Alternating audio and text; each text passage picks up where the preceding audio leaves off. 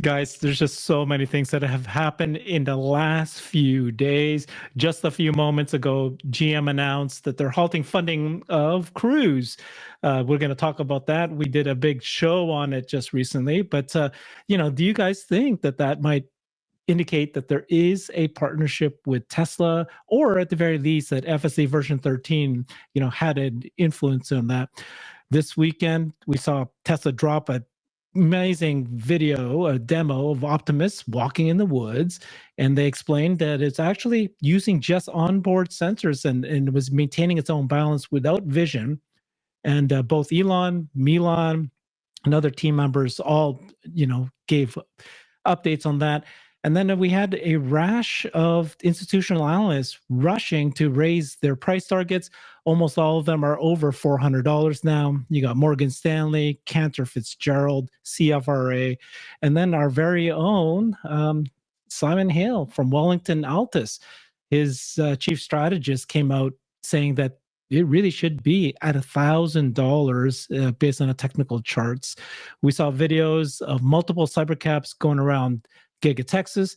We just got the report from Tesla China, 21,900, very strong. That's the second highest week of the entire year. So it's looking like things are going well. Let's start off with that GM announcement. Why don't we start with, was it Alexander or Xander? Did you guys have a comment on that? I just did a show with Jeff on that.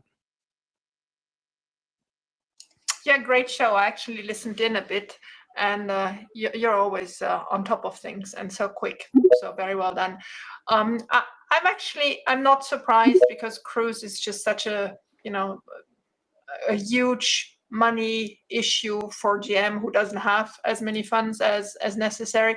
I think they also understand that the political landscape, which was very favorable for them the last 4 years, has changed. And you remember GM was the first one. Was it GM or was it Ford? But I think it was GM to announce that they adopted the Tesla charger. Well, maybe they will be the first one to announce that they're going to adopt FSD, because that's the only the only choice they have now. Xander, did you follow the news? What's your thinking on that? Well, regarding GM and Cruise and all of that, didn't there I think I don't know if you mentioned they had the CEO coming out and or the former Mary Barra, or the CEO Convoy? Yeah, that guy of Cruise. So I just think that this is just how it's going to happen. Like everyone that was talking about LiDAR and all of that, like it's just they can't scale, they can't become profitable. I just don't pay much attention to the others. I'm looking at the technology that Tesla's doing. But I was going to comment on the stock price target upgrades. This is like what we were talking about for months and months and months. It's happened very quickly, and I look forward to hearing what Simon is going to say about that. But this chase is what happens. The question becomes, when does it exhaust? When do the buyers kind of chill and the bears get to eat? So I just want to make sure people are being rational with their decisions and stay away from margin. This is when you get into trouble. Oh my God. We can hear you, Jeff. I know. Did you react to the margin comment again? Is that what you did? Yeah. Jeff is suffering. Yeah, never mind. Everybody's got their own situation. I don't know there's like one prescribed solution for everyone. I always say that. So we'll just continue to like have our own opinions on that. Everybody's entitled. No, that's fine. I found very interesting today, and Xander, mentioned it, is the former CEO of Cruise opens his phone and posts and says GM leadership doesn't know what they're doing. So, and what the first thing I jumped to when I saw that was, well, who hired all the people that are right now at Cruise? And it's him. So, I mean, most likely it's him. Like GM hasn't been on some hiring spree in the last year since the CEO of Cruise left. So that tells you he's kind of like influencing, the remaining people there. So I've seen situations like this, and I would be surprised if they're not having one hell of a time holding on to the remaining people they have. And people should just be clear on the announcement. The announcement wasn't that GM has stopped doing any of their own internal autonomy development. They're doing autonomy development for Cruise, Super Cruise, for their vehicles. And then they had the Cruise Robotaxi network. What they said they're stopping is the investment in the work on the Robotaxi network. But they said they're, essentially by definition, they're continuing the work in the other area. All I'm saying is like just connecting some of these dots. I'd have to imagine they're really struggling to hold on to talent. And the question is like, is this a matter of when versus if that they're going to stop doing their own internal development? That's the key thing I keep coming back to. Yeah, it did say on the announcement here, Mary Barr did say increasingly competitive robotaxi market as well. So it sounds like that they are, it's something to do with FSD and maybe also Waymo. So let's, we got Stock Talk, we got Simon. Do you guys think that this announcement today, nobody's going to react to it? Or do you think that this is an indicator that Tesla's FSD is going to mop up the market here? I mean, I think there will be multiple players in the market from this perspective of, at least Waymo will be to an extent involved. I don't think they'll achieve generalized autonomy, but I think this is a concession, if that's what you're asking. I think it's a concession from GM that they don't want to compete with Tesla in robotaxis, and I think that's an incremental positive for Tesla.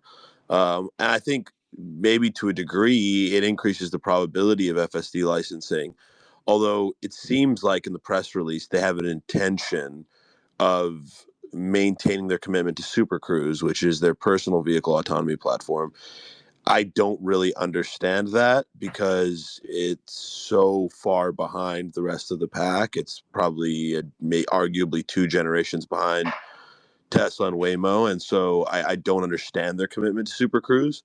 That could change, though. I mean, we've seen there doesn't really seem to be a clear vision from GM on autonomy. I mean, obviously, the unwind of the Cruise program over the last 15 months has been a testament to that. But even more than that, I mean, their A, commitment to, and B, lack of development on the Super Cruise program is also doesn't make any sense.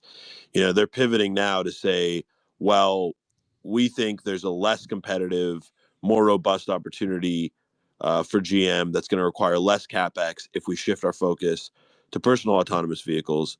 I think the thinking there is maybe okay. The problem is they don't have a product to support that vision, and they haven't invested in the Super Cruise product. I think their investment in Super Cruise has been like 1/10 of what they've invested in the Cruise Robotaxi program. So, they're kind of saying one thing and then doing another thing at once. So I don't really understand the move strategically from that sense. But I do get their concerns about competing on the robotaxi side because, again, they're a generation arguably 2 behind. So, yes, I think it's an incremental positive for Tesla. Yes, I think it incrementally increases the probability of FSD licensing. And I do not understand their continued commitment to Super Cruise. That would be the part that confuses me. That's a great comment. It's interesting why they did that. Jeff, you posted on the space here on December 1st, right after FSD 13 came out to a select group of people. You posted saying every auto boardroom, every C-suite executive at every auto company has a fiduciary responsibility to decide quickly if they should be spending $1 more on their own R&D effort or partner with Tesla FSD version 13.2. And then we saw a number of high-profile accounts take that and either retweet it or just say it again. It's the same thing, right? So do you think that that's what happened? Maybe Cruise boardroom read your note, decided to decide. Yeah, I don't know what they read. I mean, anything's possible. It's just more of just the sentiment of like, that was another major milestone. And again, it happens in stages. And one of the stages you have to realize is like, what's my R&D burn? Companies sit around, they think about this, like, what's my R&D burn per day? What's my total burn rate per day? But what's my R&D burn rate per day? And are there programs I can cut? And, if you look at kind of the larger picture here with GM, what on the positive side, you can say like, hey, look, they're taking this whole notion of getting fit and they're really taking it to heart. They just did this big restructuring in China with the SAIC deal. They just cut ties with LG on a multi-billion-dollar battery plant investment in Michigan. And now you look at this announcement after hours, and I think I checked a little bit ago, the stock was up after hours. So now the market is kind of flipped. Before, if something negative happened related to EV autonomy, the market was kind of viewing that as like, what is the future and so forth, and this is not a good thing.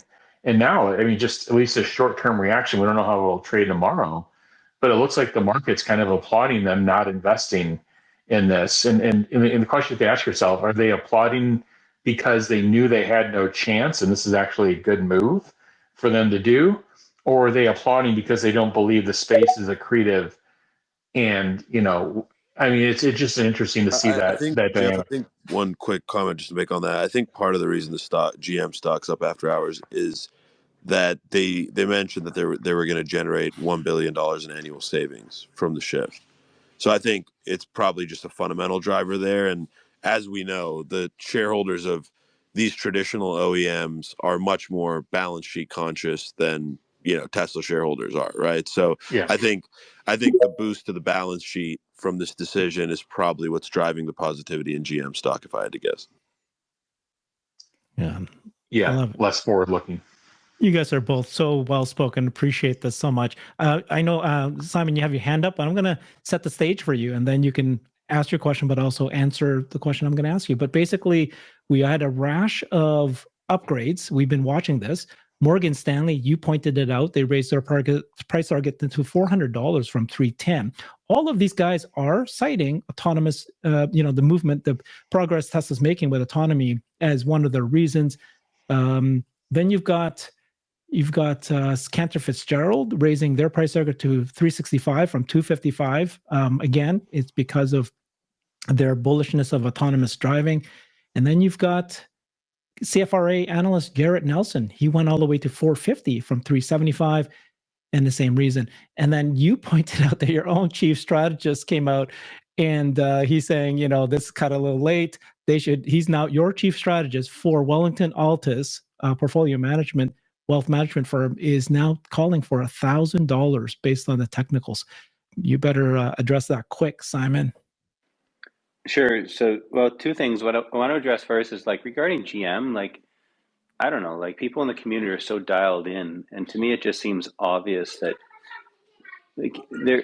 what other OEM is spending that kind of money and has the ability to build out compute and AI? None. They're not doing it. Everybody's trying to talk about how they can make an internal combustion car, turn it into an EV. That's what they're trying to do. And we're talking about autonomy here. And when I saw the headline, I don't know, it wasn't a surprise. It's yeah, of course, that's the right thing to do. They need to focus on the balance sheet, just like Stock Talk mentioned. That's what they're focused on.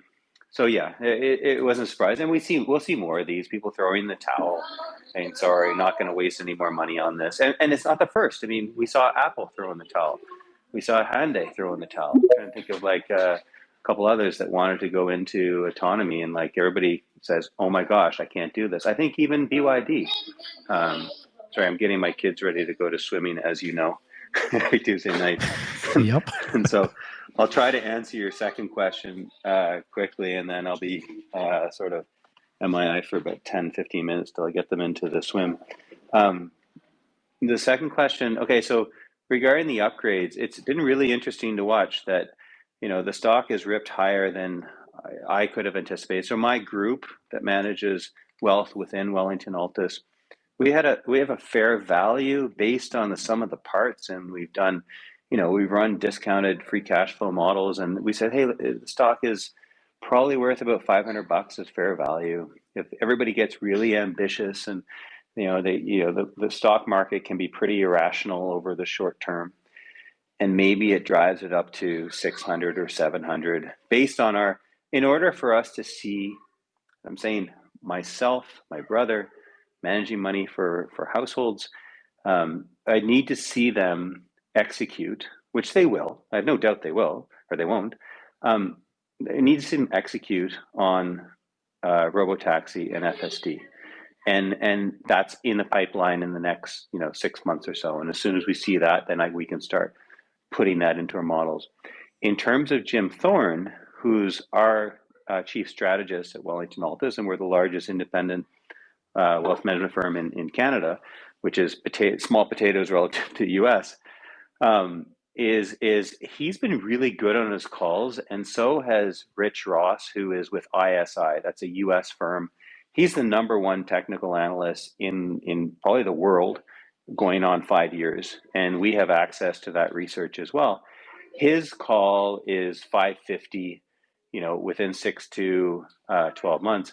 I said in my post today, I was extremely surprised. Like, that just blew my mind. I'm having my coffee and I'm gonna spit it out spit it out on the table at 6 a.m. And here we have Jim Thorne saying technicals say 1,000.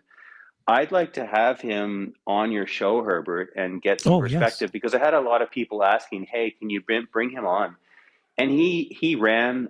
He was the chief investment officer for a very large U.S. bank-owned firm for many years, and he's been at our firm for a number of years, almost from the start, and he's been really bang on with things. I don't take, like, it's technical analysts. I think it's, I mean, I hope nobody gets offended. It's like witchcraft.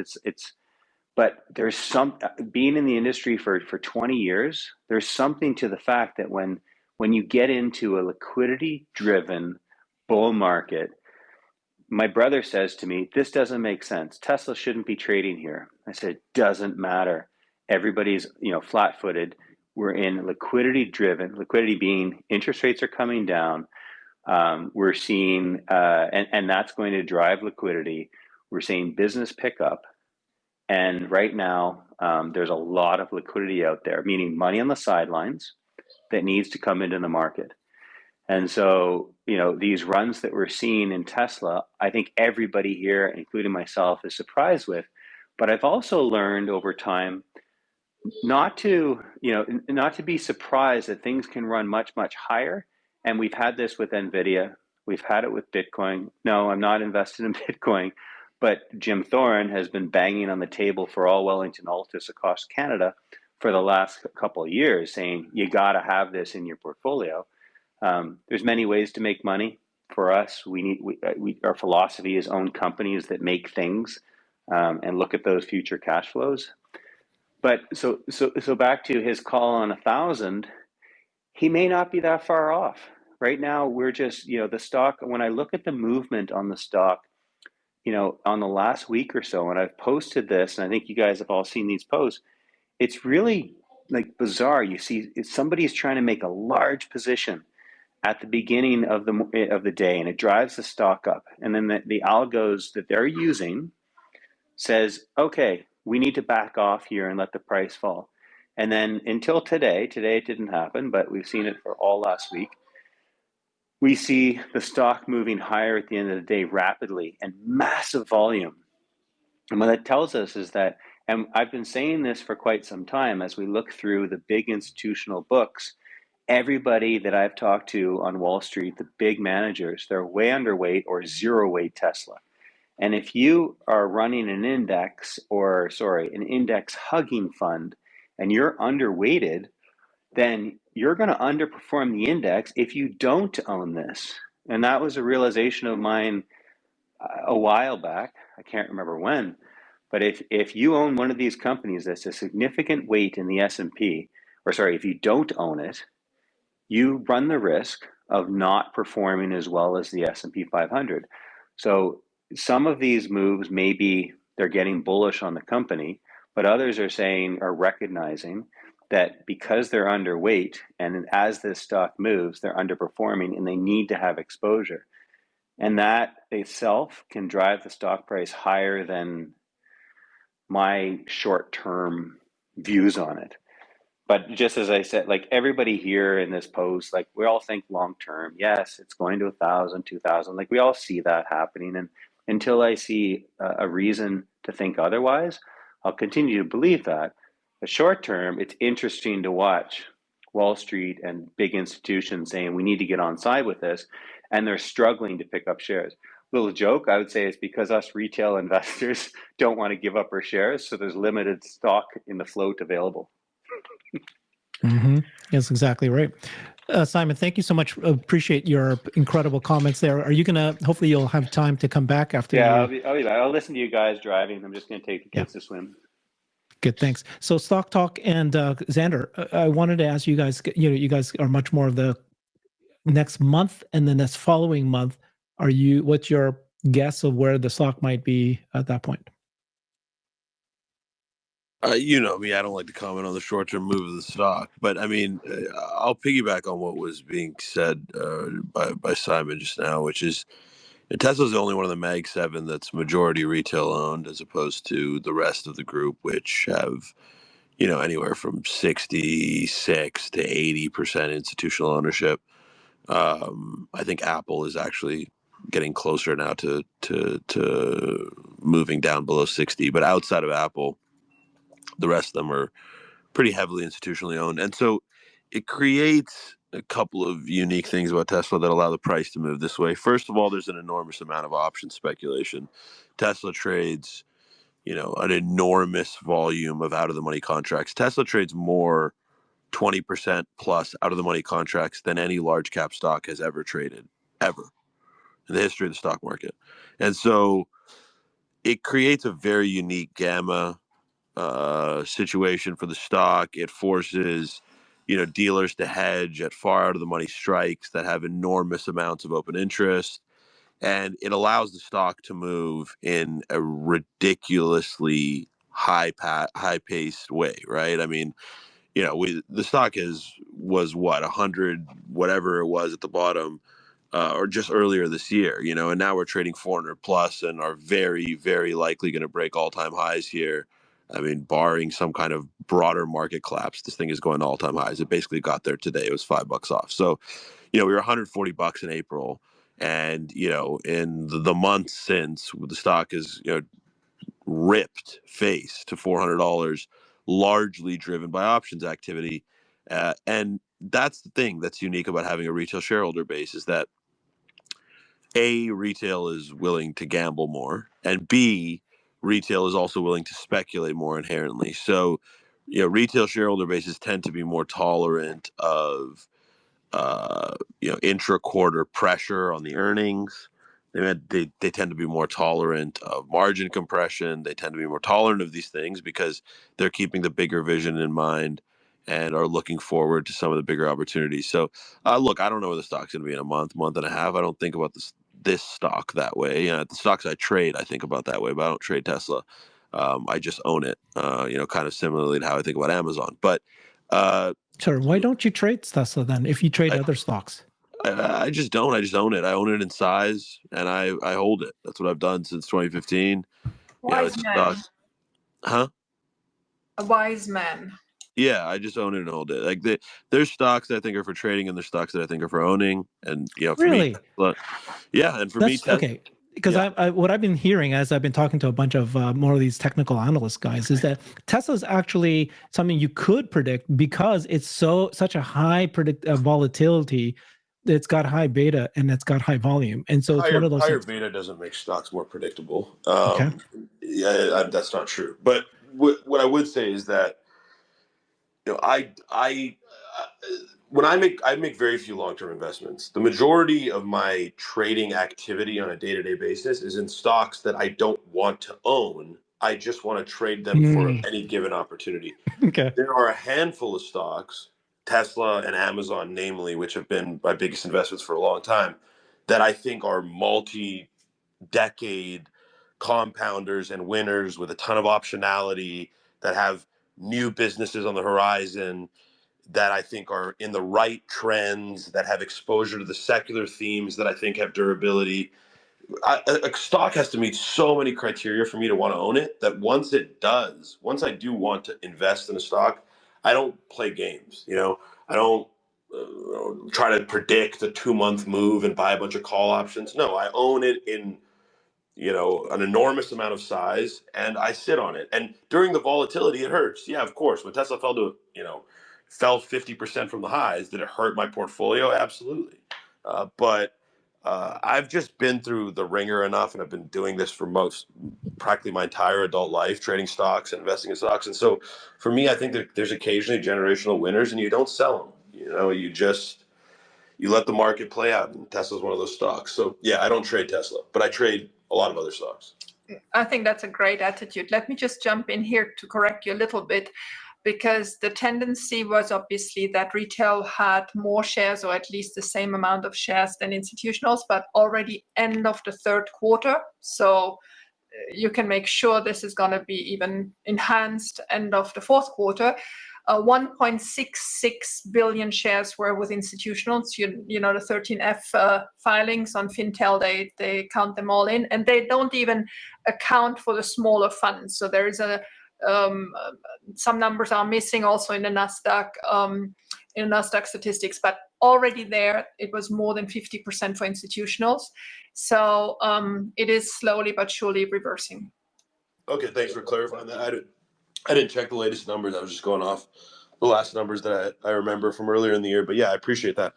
So yeah, look, there's an inflection happening there, but still there's an incredible amount of power in the stock from retail shareholders, right? And that remains true even if we do get to a 50-50 split. So it's good to see the institutional opinion inflecting. I mean, look, I don't think the institutional opinion is inflecting for any fundamental cause. I mean, the Bank of America note, I think, was the most meaningful note this year, because Bank of America is a very, very high quality research shop.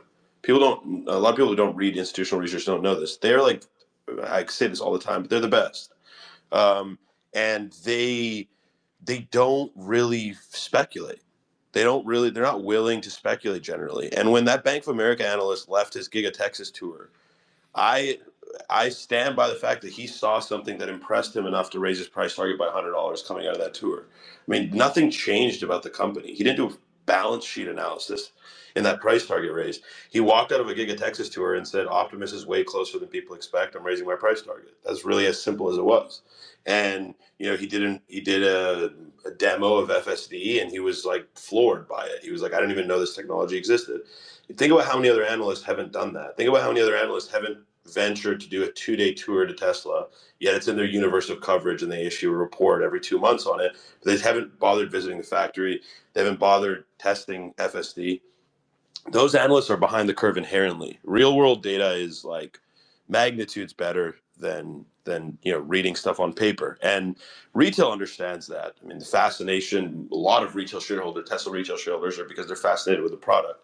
But so retail has a very granular understanding of the importance of real world data, and I think that's part of the reason why they're ahead of the curve on most of the biggest stocks of the last 10 years. I mean, Nvidia and Tesla, I think, are the best examples. Palantir is another example where Nvidia's valuation quickly became too rich for a lot of traditional investors. Tesla's valuation quickly became too rich for a lot of traditional investors. Palantir's valuation quickly became too rich for a lot of investors. But the thing that is foregone in that type of analysis is the idea that the best stocks in the market have always been the most expensive stocks. This is not a new thing.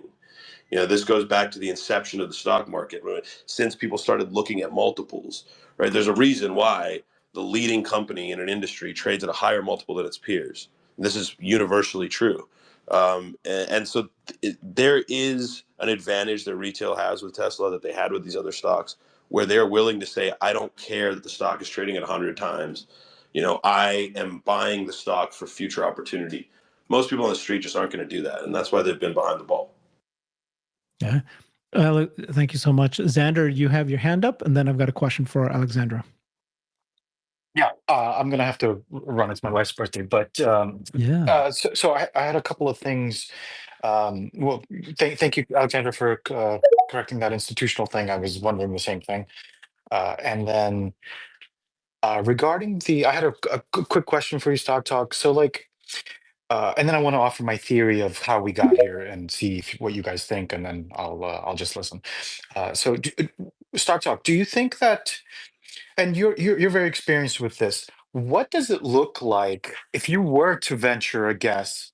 Um, When you hit all-time highs, is it only day traders that are going to be selling the rip?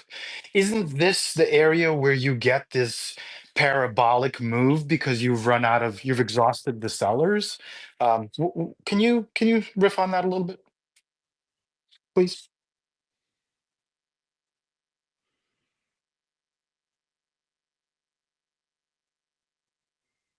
I don't think Stock Talk is here. I'm back. What's up? Oh, quick question. So, do you think that, based on your experience, once you reach all-time highs, especially with a name, with a future like Tesla, that the sellers get exhausted, and that's when you see the parabolic movement, where there isn't, no one's looking at PE here. So, can you riff a little bit on your experience of what you see when these conditions align like this? Yeah, this is this is actually, I'm glad you brought this up, because this is a massive misconception, not just with retail, but there's even institutional people who've been doing this a long time that don't understand this.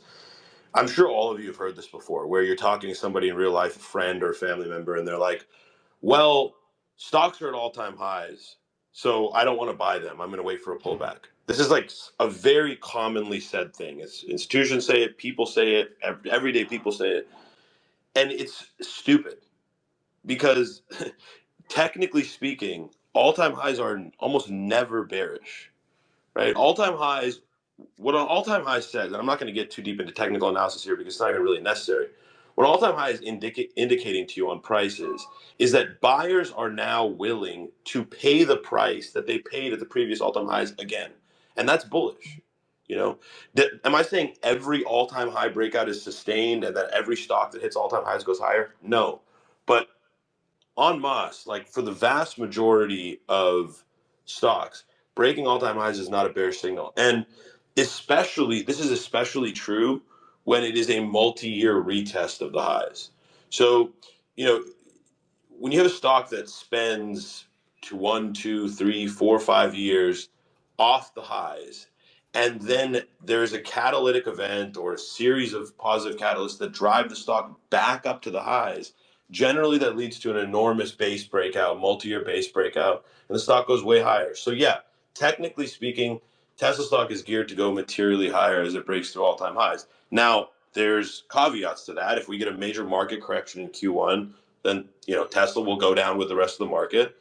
It's too big of a stock to shrug off the S&P 500 correcting 10%. If that happens in Q1, the Tesla stock's going to go down with it.